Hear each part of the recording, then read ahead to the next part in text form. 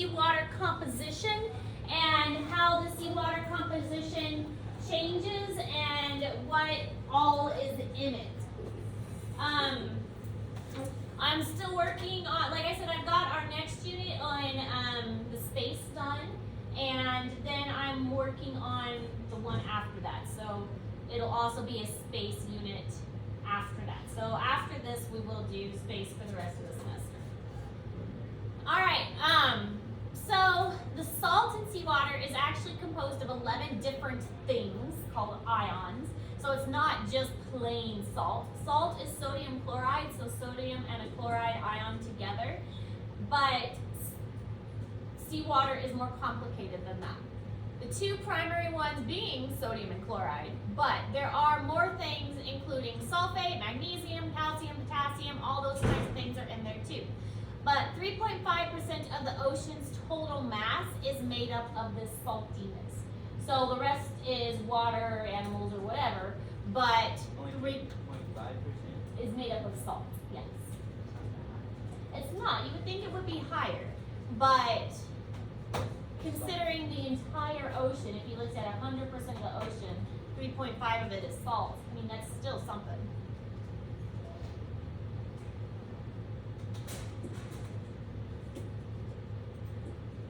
Is it salt or sodium? Sodium chloride. Sodium chloride is salt. Which different type of salt? Huh? Like wedge? You can have sodium without chloride? You can. But sodium chloride together is salt. Yeah.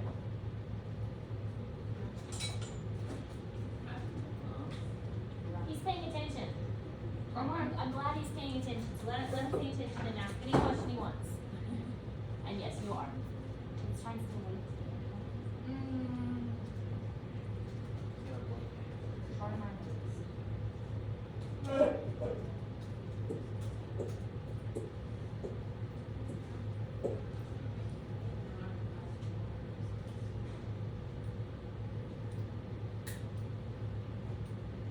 I just got here, Chloe. I told him not to write some notes, so I didn't make you here. Okay. I didn't go wait on We just started. This is our first slide. Hello. You said what? Our first slide. Gonna sleep off the notes? Do your work because you're getting a new assignment today. I got finished We're one gonna assignment. work You on it. put one on me right after another. I can make it do Friday if you prefer. No. Oh, I brought my You can make backpack. it for her Friday, just not me. All right, so this is showing the composition of water in general. So if we look at all the water that is available to us, 97% of the water that is available is salt water. And then of the fresh water that we actually have available, most of that fresh water is tied up as ice. So we can't even access the fresh water, and the rest of it is mostly going to be groundwater. So there's only really a little tiny percent of water that is easily accessible, like rivers and lakes and things like that. Because most of all the water is salt. Only thing that's fresh is mostly made up of ice. Now, even if we're looking at the different kinds of water, they can be grouped into different groups. So brine water, saline water, brackish, and then fresh water. Each one of those is grouped based on different components, like what is made up in those areas. So this is another kind of way to look at it, where they are breaking it down according to what kind of materials are in there. So most of the seawater is chloride, and then about 31% of it is the sodium. And then we've got the rest of the different types of ions mixed in there as well. The sodium chloride does make up most of it. All right, so what exactly is seawater? You need to write this all down because this all is important. Some of the dissolved things in seawater help the phytoplankton and the zooplankton to survive. So we learned the other day about phytoplankton for plants, zooplankton for animals that float around in the current, and the sea seawater itself and the materials that are dissolved in the seawater help those to survive. There's also a lot of dissolved carbon dioxide, which helps maintain the pH of the water. So, This one. yes, you need to write all of it. Carbon dioxide is what we breathe out, and if you breathe carbon dioxide into just plain water, it turns it acidic. So whether there's carbon dioxide or not will help impact whether the water is acidic or whether it's neutral. How is it? It's a very weak acid. It makes something called carbonic acid, but it's a very weak acid. You can actually, it was a lab I used to do with my college class. We put an indicator in water, like a pH indicator, and you blow into it and it changed color because it was detecting that it was no longer neutral and it was becoming an acid. So So carbon dioxide in water, does that make it acid? it makes it a weak acid, carbonic acid. So like when we breathe underwater, that's what happens? Yes, it reacts with, the carbon dioxide reacts with water to make carbonic acid. I have a question. Zooplankton is like tiny animals just kind of like floating around. Correct. Could a jellyfish technically be considered? Yes, that was something we talked about yesterday when you were gone. But jellyfish, because they can't fight the current, they are also in the They're very zooplankton. weak swimmers. Yeah. They would be able to fight it, but they're weak. They can't really. They are Yeah, zooplankton as well. So, yeah. I was wondering. My head up around I mean, 1201. They're animals and they're seem to be pretty big, but they can't really swim. They just float. Yeah. They're there. All right, so salinity and density, we've already kind of talked about this a little bit as well. Salt water is more dense than fresh water. So if it's really salty, it's heavier. Density and heaviness are not really the same thing, but it kind of helps you visualize it, that the salt water is going to sink down. So that means that the really salty water is closer to the bottom of the ocean, and water that doesn't have as much salt is closer to the top, which gives us these different layers of the ocean. So salty areas farther down, less salty close to the surface, different layers throughout the ocean as a whole.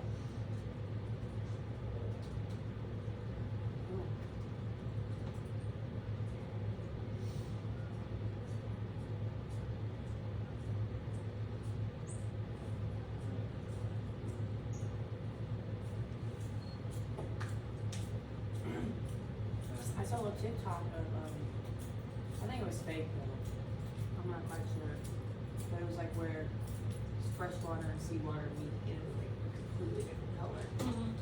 When a river empties out into an ocean, it's bringing so much sediment along with it that it, and that's what we'll learn about in a little bit. It's called brackish water. Dirt. Oh. Dirt. It brings so much dirt along with it because the river's constantly moving and it's eroding things. And so it, when it goes out into the ocean, it's, you can see that it spreads out. It was like brown. Like milky dirt, which is mud. Pretty much, like really thin mud. Ew. So we swim in mud. I knew that. I just think about it like that. All right, so we're gonna watch this video. Let me get this lights. About the different layers of the ocean.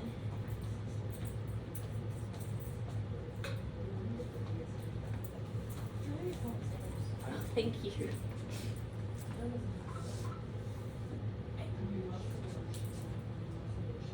Air There we go. isn't. It's just another kind of water.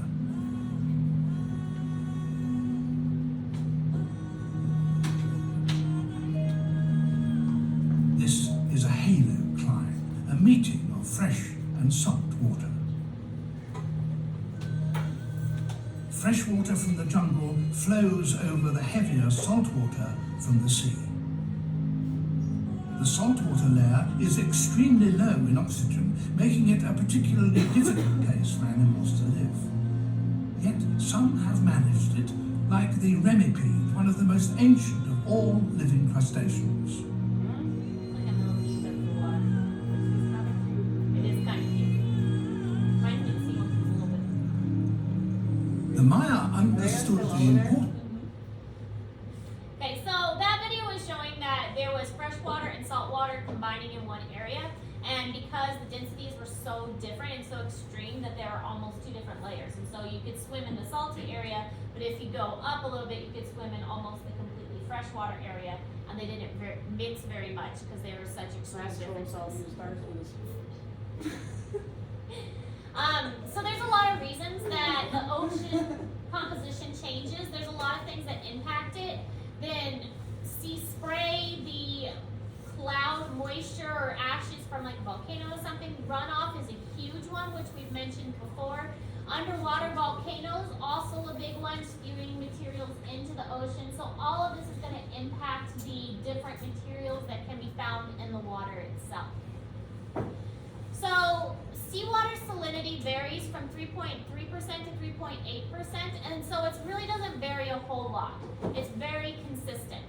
How salty the water is depends on the area, and so like less salty areas is like a melted area. So think around like the ice caps where that fresh water is melting constantly and diluting the water around it. More salty areas are because of freezing or evaporation. So during evaporation, the water is evaporating and the salt is being left behind. So that's a lot more salt in that area. So it's a combination of different things that impacts the variability of how much salt is in the water.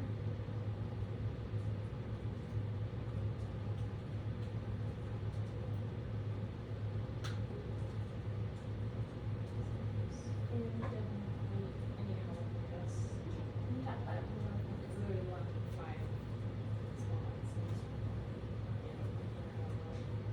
Can you talk about it more? Gold? He's impatient today. Like, let's go. Go, go, go. I've been lazy the last couple days. That's me yesterday. I woke up at noon and was like, literally just sat up and just looked around and wondered why. I was like, why? Why does my brain do this? Like, there's no point for me to come to you. These look stupid. Like, I can't go and say I slept all day. Like, I can't. You just don't sound right. Like, I don't know. Yesterday I came to school for the first 3 hours so I could take my active test, and I felt like crap. So afterwards I went to the nurse and I went home and I slept all day, and then I woke up 30 minutes before my shift at work, went to work for an hour and a half, and then got sent home from work because of the fact that I didn't do it and slept for the rest of the day. Oh my goodness. Yesterday, I was home with my makeup results from my cousin's COVID test, so my dad, my aunt, and I just kind of played like Disney family feud basically all day, and it's like the rest of the day before basically. And I Yes, I never get a break. 4 children, I'm not allowed. Alright, so things that will change the salinity. This is in Google Classroom. An increase in salinity is evaporation. Also, we see that freezing of the salt water will increase it because you're taking out that salt from the area. Then you've got melting, which decreases the salinity. It's more like it's diluting it. And same thing with rain and snow and rivers. All of that is going to dilute it and make it not as concentrated. So along with salinity, we also need to talk about ocean pressure. And we've already discussed this a little bit, how extreme the pressure can get in the ocean. So atmospheric pressure is around 14.7 pounds per square inch. So we have where we are at about, if you're at sea level, we have about 14 pounds of air pushing on us all the time. And water is heavier. So with water, every 33 feet down, we add another atmospheric pressure. So for example, at 99 feet down, the pressure is 58 pounds per square inch. So you have 58 pounds of water pressing on you when you are 99 feet down. So it's really kind of interesting to think about that right now we've got 14 pounds of air pressure that is just pressing on us, and that's just what we're used to. But as we go down, the water presses on us even more, and so it gets even heavier. And that's also why when you go up a mountain, the air is going to decrease and there's less air pressure and it makes it harder to breathe. So you also have trouble acclimating See, I when you're probably going have an up a anxiety mountain. attack. Because I feel like I can't breathe, I'll freak out. That's from just being an asthma person too, growing up and having those spurts where you can't breathe. freaks you out. And the only reason it makes it bad is because you have anxiety attack, of course. Wasn't even that big of a deal till you freaked out about it. Like on the arch, I freaked out. 'Cause I couldn't hear, and my ears kept popping, and I was freaking out. We did take the kids to the arch this summer, and they really liked it. It was a lot of fun. It scared me. And I felt like I could wobble it. Like, I was like, feel like I was wobbling. When I was little, my family took us, and there were 7 of us, and my dad was a very large man. And so we all went in one of those little elevators, and I was so afraid. I was like, all of us in here, and my dad's kind of big. What if it breaks? Yeah. And I was little, so I didn't really know any better. But No, I freaked out. I was Figure on out the corner, that and I you're looked at it, and I just felt 1,000 pounds, so. they hold a lot. So I think it's like 300, like 500. It was scary. So, I'm not Yeah, sure. no, I used to live in St. Louis and I've never once been to the arch. It's nice. It's fun. It's weird. It's I so just, high in it's the always air. been like a touristy thing. It is very touristy, but it was People who fun. live in St. Louis don't go to the arch. We just picked a very hot day Probably that we not. went. It was super hot. And I don't live in St. Louis, so probably why I wouldn't. I was don't scared. know anything. It's So scary. definitely would go now, Only but been like here just for living in St. Louis, I I'm don't just know, I see it every day, like no reason to go inside of it. Yeah. All right, so it says a challenge question. Obviously, it's not really a challenge. It shrunk because of the You pressure. put the microwave. You put it in the microwave. You could do that too. But basically, if you put a styrofoam cup, a styrofoam has a lot of air in it. Styrofoams have a lot of like air pockets. So if you put it in the ocean, it's going to compress and get quite small. So this is what would happen to a styrofoam cup if it was placed under the pressure that you would find in the ocean. The pressure in the ocean is immense, and especially in those deep areas, that's why it's very difficult for us to explore some of those underwater places because the pressure is so high. So this is a submarine, and submarines are able to get down quite far, but you have to have a lot of precautions. First of all, it's got to be very thick. Round is better so that it's pressing equally all around. If it was square, then it might like dent in the square sides, but if it's round, it's pressing equally all around. The windows can't be very big, You look naked. and the windows also have to be very thick, and the chambers are really small, so you can't really be claustrophobic when you go down there either. It's also a process that you have to do slowly, because even if the ocean is impressing on you, there are differences in like air pressure too, and so it's a process where you have to go down slowly, and you especially have to come up slowly. Divers deal with this all the time. They can actually get a condition called the bends if they go down and then come up too quick. The carbon dioxide and the nitrogen in their blood can't get out of their blood fast enough, and it makes like air bubbles in their blood, and it makes them really, really sick. And so it has to be a very gradual process for them to rise to the surface. So like if you had the bottom of the ocean, you have to float. You have to make yourself float up. You couldn't go very fast. You That's couldn't. No, it has to be very slow. Like you go up a certain, like a few feet, like say like 10, 15 feet, and then you just kind of like sit there for a Until little your bit. body adjusts, yeah. And then after that, however long it takes, See, you go up another like 10, 15 feet, and then you all just that. sit. So if you go down really far, if you're like in the coral reef where it's not a very deep one, then you don't have to worry about it quite as much.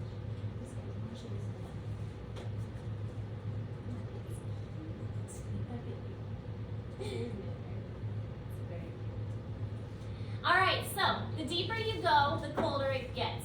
Partly because you're away from the surface, you're away from the sun, and so the temperature is going to drop. But also partly because cold water is denser. So if you think about like heat rises, cold goes down. So as the temperature drops, that cold water is going to drop and go further down too. So more salt, more cold, deeper down in the ocean. Less salt, warmer temperatures toward the top of the ocean. This temperature is going to vary with latitude around the globe, and partially because warmer water does go to the surface and the sun is hitting more directly along the equator, so that temperature is going to warm up quicker than it would at the poles where it's constantly cold, where you've got all these icebergs and things like that.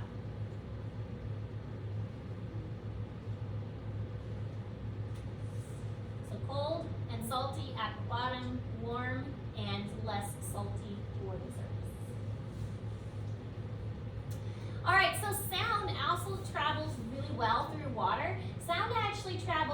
least amount through air, and it travels most amount through the water and through solid surfaces. Water is an amazing conductor, and it travels much faster and farther than on land because it transmits that wave easier. So humans can't hear a lot of frequencies under the water, but other animals can, and that's why dolphins use echolocation for finding their food. Whales will also communicate by very low rumbles, and that low rumble travels further, and that's another thing. Low sounds travel better, and high-pitched sounds don't travel as far.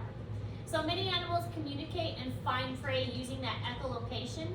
Basically what happens is they will throw out a sound, and then they'll wait for that sound to come back, and how fast that sound comes back will help them determine how far away something is. If it comes back really fast, that means there's something really close. If it takes a long time to come back, that means there's something further away. So that's how they know, like, they can't see. You think they can see very well under there? It depends. I mean, some animals can, but some animals cannot. The giant squid has the largest eye of any animal, and it lives in those deeper parts of the ocean, so it probably does have some ability to see. But then there are some mini animals that live in caves that don't have any eyes at all because it's so dark they don't need to see. So, like, a big squid, how big are they? A giant squid? Yeah, that'd be freaky. I'd freak out. They're pretty tall. I mean, I think if you have the 20 same feet or so. They can't be this big. Their eyes are the size of a dinner plate. So if you think of like a regular plate, that's how big the eye of a squid is. Okay, so it's pretty big. Yeah. So again, about the length of this room, maybe. Pretty big. Longer than that. I don't know. Alright, so that's all the notes we're going over today. We have the ocean gizmo that is due on Friday. But we do have another assignment that we're starting today. It was originally going to be a presentation, but I changed my mind and made it into a paper. So you have to write about an ocean issue. You can pick whatever ocean issue you want. I was going to have you sign up for different things like pollution and over-harvesting, evaporation, global warming, but you can write about whichever ocean issue you choose. And it's going to be 2 pages long, and it does need to have pictures included. All the details for it are in Google Classroom. I think I changed everything to say paper, but if you see presentation, again, we're not going to present. We were, but I changed my mind and decided not to. So you can ignore if it says presentation. Okay, it is going to be a paper that you write about an ocean issue of your choice, and do some research about it and learn about the troubles that the ocean is facing. Questions? Which class number do we have? It is 11:06. Oh, when it's due? It will be due next Friday. Same time. Like how many days are you trying to? I don't know. It'll be like we take notes and then we work on it a little after notes and then that kind of thing. I don't have to do stuff at home, so. know. I tried to give you guys class time to do it, but sometimes we don't use the class time. I usually try. You do, Chloe. You do usually try.